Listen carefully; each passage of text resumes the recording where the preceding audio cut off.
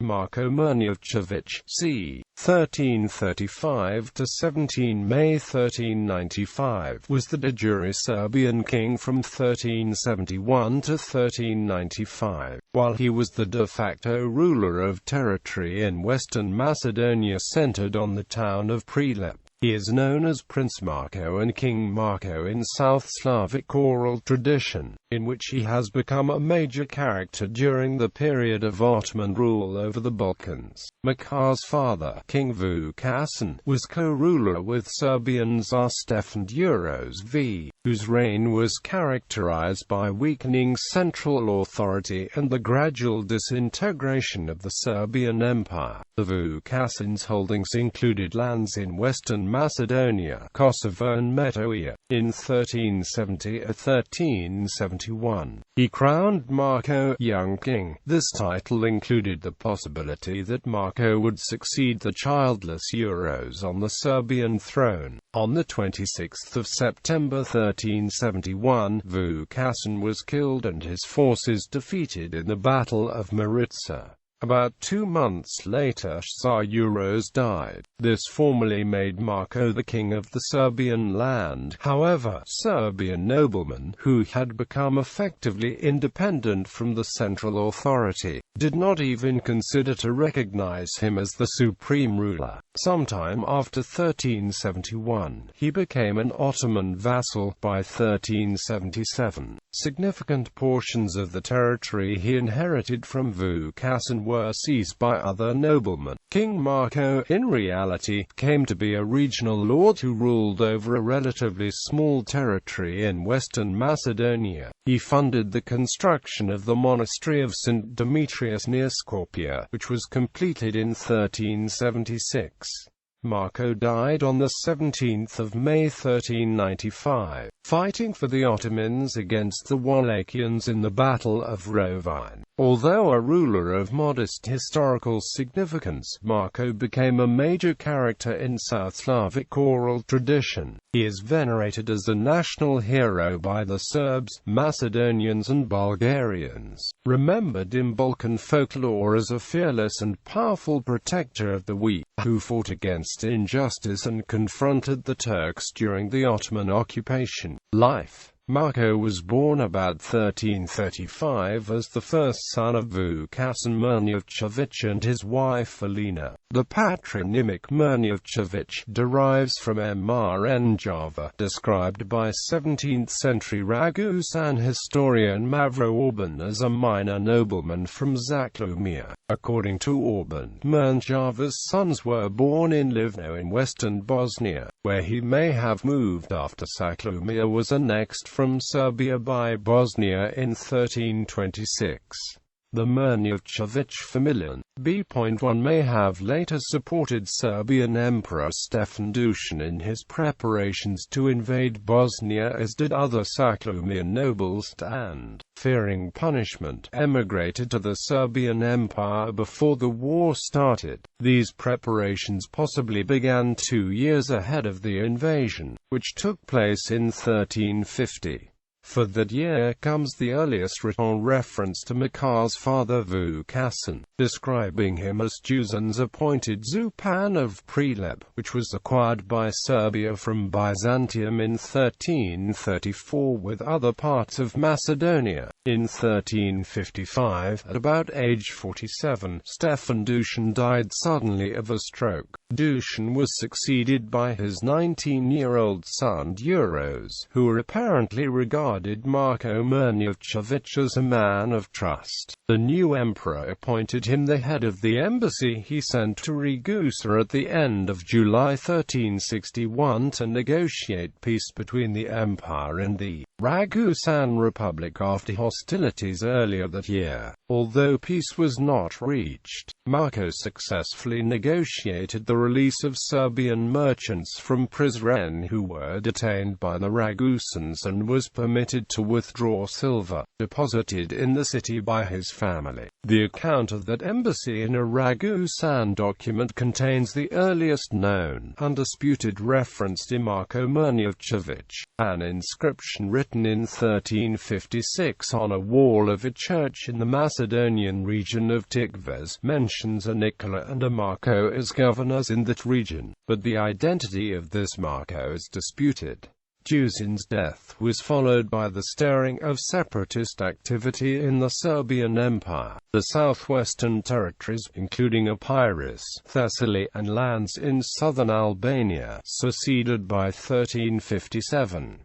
However, the core of the state remained loyal to Emperor Uroš. Nevertheless, local noblemen asserted more and more independence from Uroš's authority even in the part of the state that remained Serbian. Uroš was weak and unable to counteract these separatist tendencies, becoming an inferior power in his own domain. Serbian lords also fought each other for territory and influence. The Vukašin Mrnjavčević was a skillful politician, and gradually assumed the main role in the empire. In August to September 1365 Uroš crowned him king, making him his co-ruler. By 1370 Marko's potential patrimony increased as Vukašin expanded his personal holdings from Prilep further into Macedonia, Kosovo and Metohija, acquiring Prizren, Pristina, Novo Beograd, Skopje and Ohrid. In a charter he issued on 5 April 1370 Vukašin mentioned his wife and sons, signing himself as Lord of the Serbian Greek lands, and of the western provinces. In late 1370 or early 1371 Vukašin crowned Marko young king, a title given to heirs presumptive of Serbian kings to secure the position as successors to the throne. Since Uroš was childless, Marko could thus become his successor, beginning a new Vukašin's dynasty of Serbian sovereigns, and ending the two-century Nemanjić dynasty. Most Serbian lords were unhappy with the situation, which strengthened the desire for independence from the central authority. Vukašin sought a well-connected spouse for Marko. A princess from the Croatian house of Subic of Dalmatia was sent by her father Gro to the court of the relative Tvrtko on the Ban of Bosnia. She was supposed to be raised and married by Tvrtko's mother Jelena. Jelena was the daughter of George II Subic, whose maternal grandfather was Serbian King Dragutin Nemanjić. The Ban and his mother approved of Vukašin's idea to join the Subic princess and Marko, and the wedding was imminent. However, in April 1370 Pope Urban V sent Tvrtko a letter forbidding him to give the Catholic lady in marriage to the son of His Magnificence, the King of Serbia, a schismatic. The Pope also notified King Louis I of Hungary, nominal overlord of the Ban, of the impending offense to the Christian faith, and the marriage did not occur.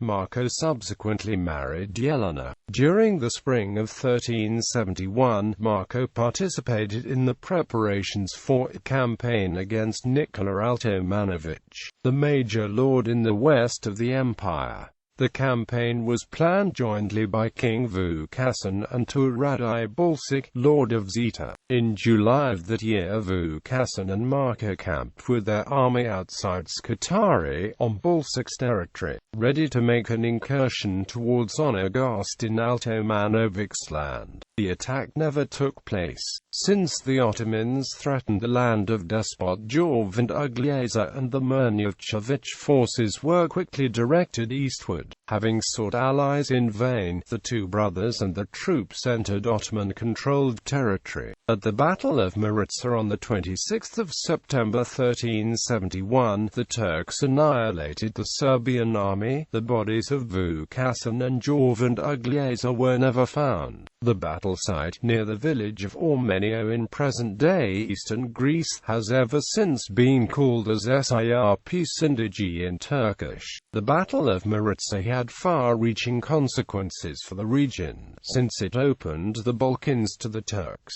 After 1371, when his father died, young King Marko became king and co-ruler with Emperor Uroš. The Nemanjić dynasty ended soon afterwards, when Uroš died on 2 December 1371 and Marko became the formal sovereign of Serbia. Serbian lords, however, did not recognize him, and divisions within the state increased. After the two brothers' deaths and the destruction of their armies, the Mrnjavčević family was left powerless. Lords around Marko exploited the opportunity to seize significant parts of his patrimony. By 1372, Radibolsig took Prizrenopek, and Prince Lazar Rebeljanowicz took Pristina. By 1377, Vuk Branković acquired Skopje, and Albanian magnate Andrea Grope became virtually independent in Ohrid. However, he may have remained a vassal to Marko as he had been to Vukašin. Grope's son-in-law was Makar's relative Ostoja Rajuković of the clan of Ugarsic from Travunia. He was one of Serbian noblemen from Zaclumia and Travunia who received lands in the newly conquered parts of Macedonia during Emperor Dušan's reign.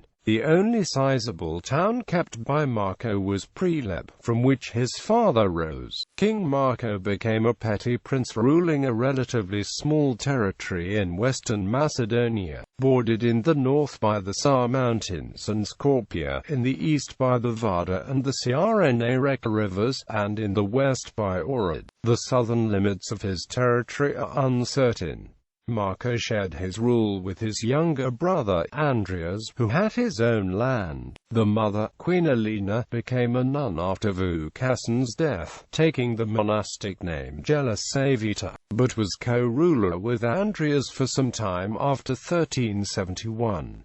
The youngest brother, Demeter, lived on land controlled by Andreas. There was another brother, Ivanis, about whom little is known. When Marko became an Ottoman vassal is uncertain, but it was probably not immediately after the Battle of Maritsa. At some point Marko separated from Jelena and lived with Todora, the wife of a man named Gror, and Jelena returned to her father in Veria. Marko later sought to reconcile with Jelena, but he had to send Todora to his father-in-law. Since Makar's land was bordered on the south by Lapons, the reconciliation may have been political. Scribe Dobra, a subject of Makar's, transcribed a liturgical book for the church in the village of Kaludarek, N.B.2, and when he finished, he composed an inscription which begins as follows. Makar's fortress was on a hill north of present-day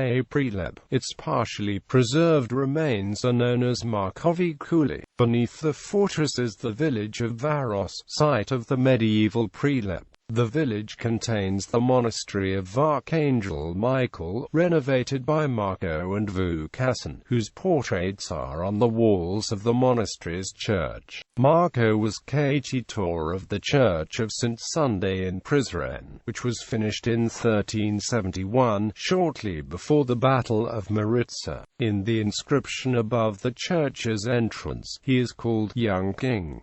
The Monastery of St Demetrius, popularly known as Makar's Monastery, is in the village of Markova Susica and was built from c.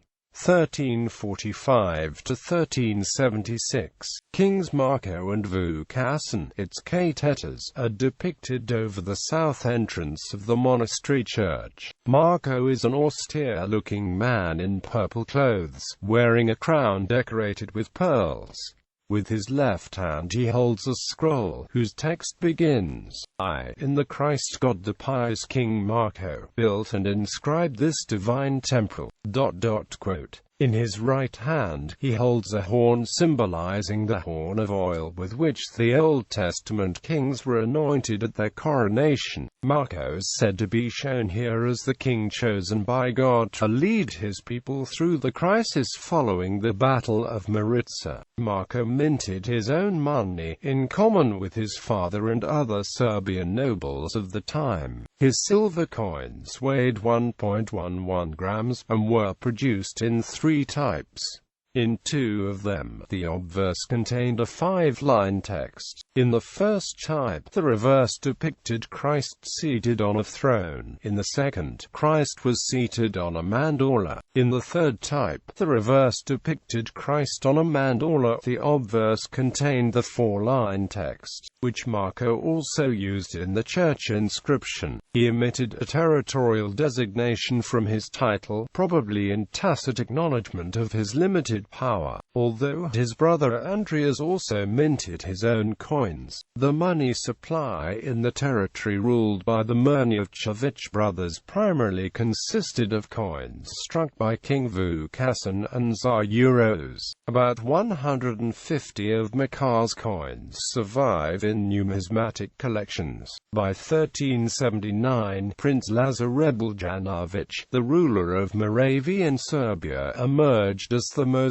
powerful Serbian nobleman. Although he called himself autocrator of all the Serbs, he was not strong enough to unite all Serbian lands under his authority. The Balcic and Mrnjavčević families, Konstantin Dragas, Vuk Branković and Radoslav Lapun, continued ruling the respective regions. In addition to Marko Tvrtko, I was crowned king of the Serbs and of Bosnia in 1377 in the Mileseva monastery. Maternally related to the Nemanjić dynasty, Tvrtko had seized western portions of the former Serbian Empire in 1373. On the 15th of June 1389, Serbian forces led by Prince Lazar Vuk Branković and Tvrtko's nobleman Vlatko Vuković of Zaklumir confronted the Ottoman army led by Sultan Murad I at the Battle of Kosovo, the best-known battle in medieval Serbian history. With the bulk of both armies wiped out and Lazar and Murad killed, the outcome of the battle was inconclusive. In its aftermath, the Serbs had insufficient manpower to defend the lands, while the Turks had many more troops in the east. Serbian principalities which were not already Ottoman vassals became such over the next few years. In 1394, a group of Ottoman vassals in the Balkans renounced the vassalage. Although Marko was not among them, his younger brothers Andreas and Dimitar refused to remain under Turkish dominance.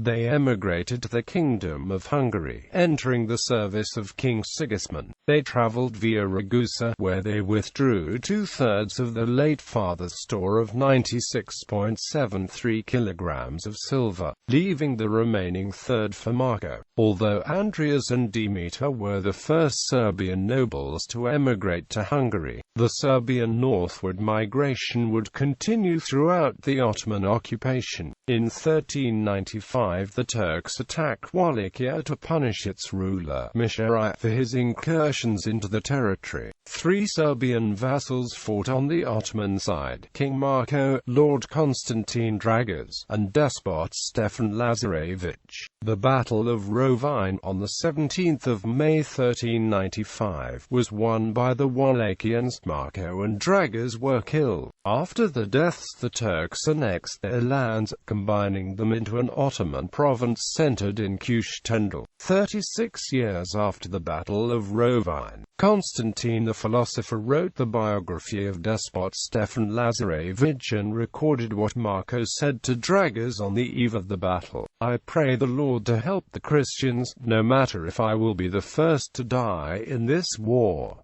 In folk poetry, Serbian epic poetry. Marko Mrnjavčević is the most popular hero of Serbian epic poetry, in which he is called Kraljević Marko. This informal title was attached to King Vukašin's sons in contemporary sources as a surname N.B.3, and it was adopted by the Serbian oral tradition as part of Marko's name. Poems about Kraljević Marko do not follow a storyline. What binds them into a poetic cycle is the hero himself, with his adventures illuminating his character and personality. The epic Marko had a 300-year lifespan, 14th to 16th century heroes appearing as his companions include Milošević, real Ukrilatica, the fiery dragon, and Sibanjanin Janko and his nephew, Banović Sekula. Very few historical facts about Marko can be found in the poems, but they reflect his connection with the disintegration of the Serbian Empire and his vassalage to the Ottomans. They were composed by anonymous Serbian poets during the Ottoman occupation of the land. According to American slavicist George Rapel Noyes,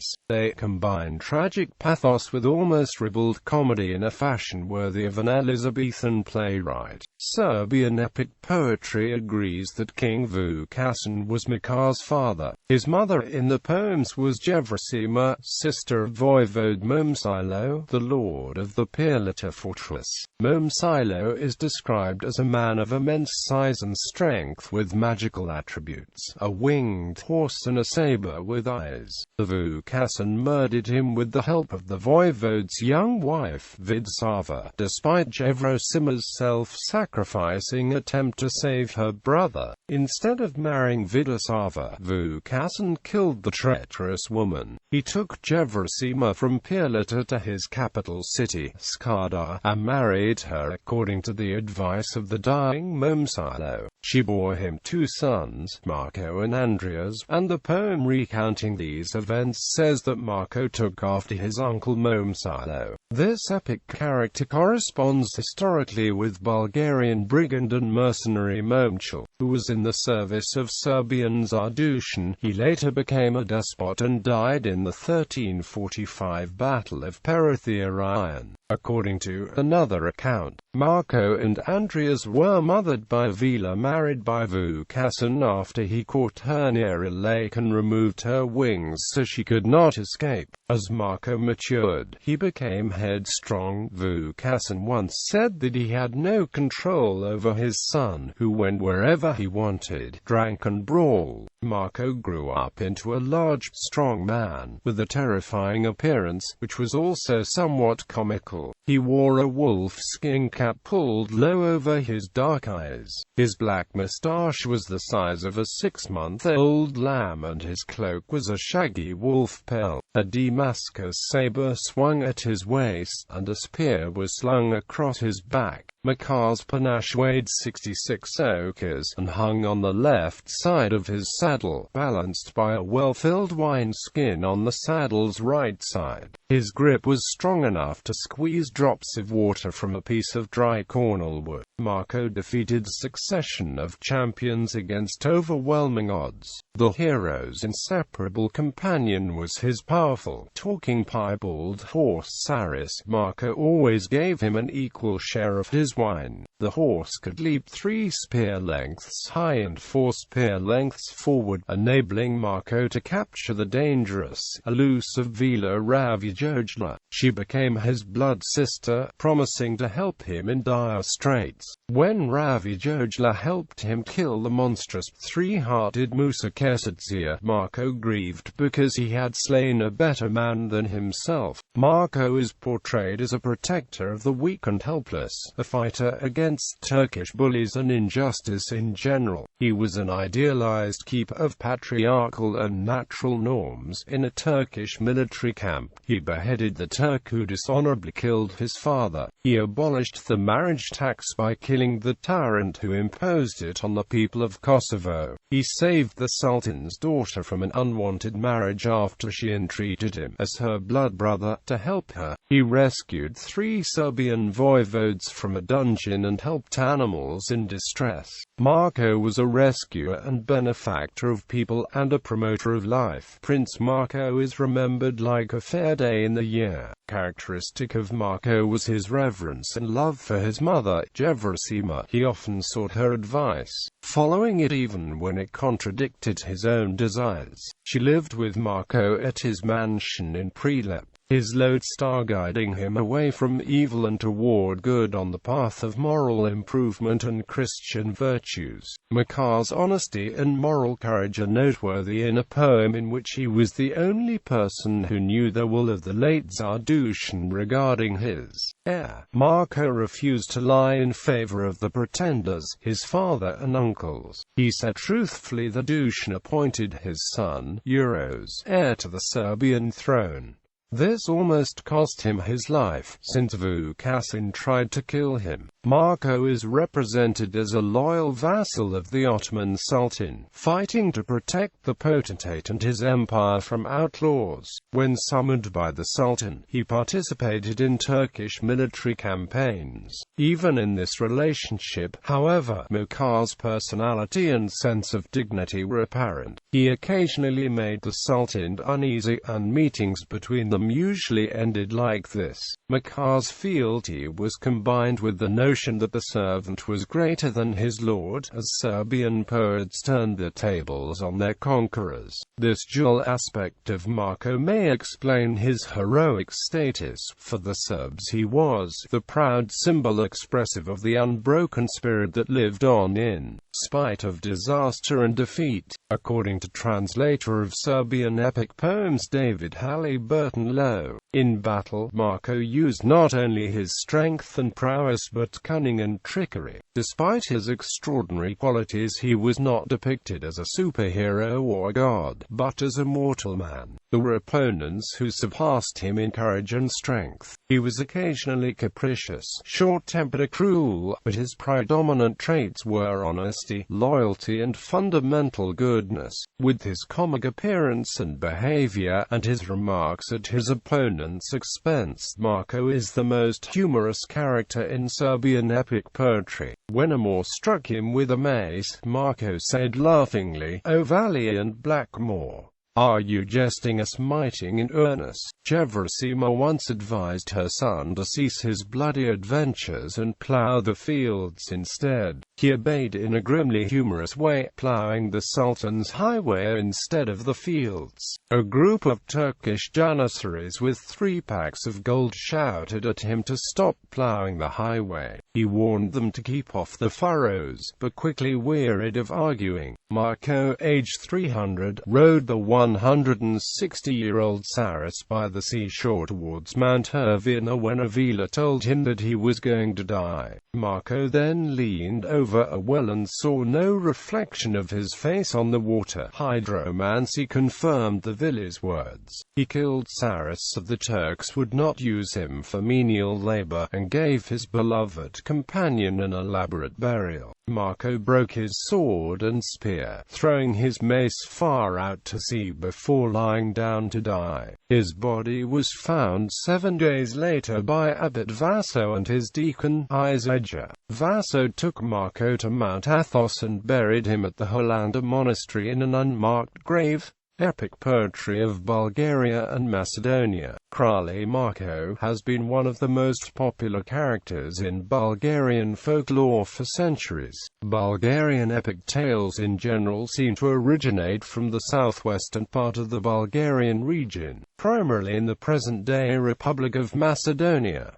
Therefore, the tales are also part of the ethnic heritage of present-day Macedonia. According to local legend, Marko's mother was Evrosia, sister of the Bulgarian voivoda Momchil. At Marko's birth, 3 Nareknitsi appeared, predicting that he would be a hero and replace his father. When the king heard this, he threw his son into the river in a basket to get rid of him. A Samodiva named Vila found Marko and brought him up, becoming his foster mother. Because Marko drank the Samodiva's milk, he acquired supernatural powers and became a Bulgarian freedom fighter against the Turks. He has a winged horse named Charkalia and a stepsister, the Samodiva Jure. Bulgarian legends incorporate fragments of pagan mythology and beliefs. Although the Marko epic was created as late as the 14th–18th centuries, among Bulgarian epic songs about Krali Marko are common and pivotal. Bulgarian folklorists who collected stories about Marko included educator Trako Katanchev and Marko Sepenkov of Prilep.